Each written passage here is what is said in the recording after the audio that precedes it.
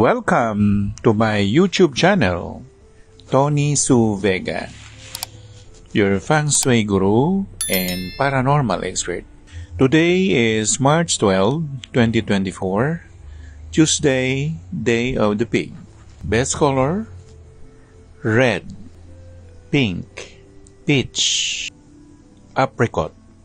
Activities: go to a pharmacy store, visit a coffee shop, go to a restaurant, go to a cinema. Sa araw na ito ng 12 ng Marso 2024, araw ng Martes, pinakamagandang kulay ang pula. Sama na rin ang pink o rosas, apricot. Mga gagawin sa araw na ito: pumunta sa isang drugstore, pharmacy store or chemist store. Manood ng sine, pumunta sa cinema. Kumain sa isang restaurant. Uminom ng kape sa isang coffee shop. Ang pagdidilig sa mga halaman.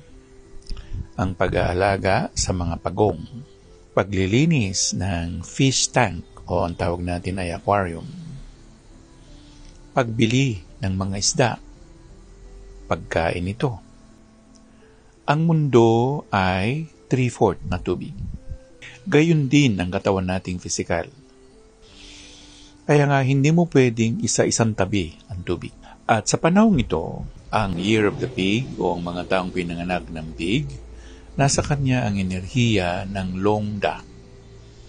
Pag sinabing longda, yan yung enerhiya ng dragon o bituin ng dragon na may kinalaman sa pag-aaral, pagkamal ng salapi, pagkakaroon ng oportunidad para kumita ng malaking pera.